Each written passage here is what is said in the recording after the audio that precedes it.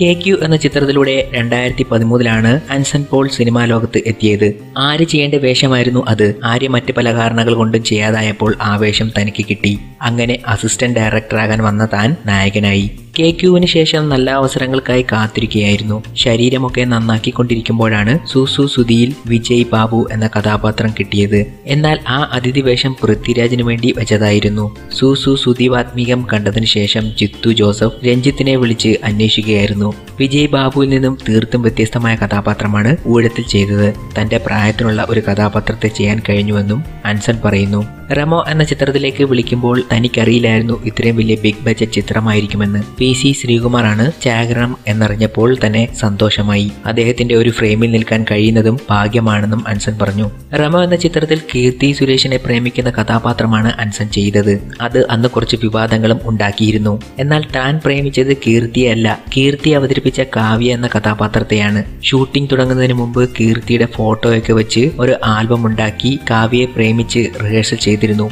ഇതൊക്കെ അന്ന് തമിഴകത്ത് ചില ഗോസിപ്പ് വാർത്തകളായി പ്രചരിക്കുകയും ചെയ്തിരുന്നു. വില്ലനാണോ നായകനാണോ എന്നത് തന്നെ സംബന്ധിച്ച് വിഷയമല്ല. ഒരു സിനിമയിൽ നായകനായാലും കോമഡി നടനായാലും വില്ലനായാലും തന്നെ സംബന്ധിച്ച് താനാണ് നായകൻ. നല്ല കഥാപാത്രങ്ങൾ ചെയ്യണം എന്നാണ് ആഗ്രഹമെന്നും അൻസൺ പറഞ്ഞു.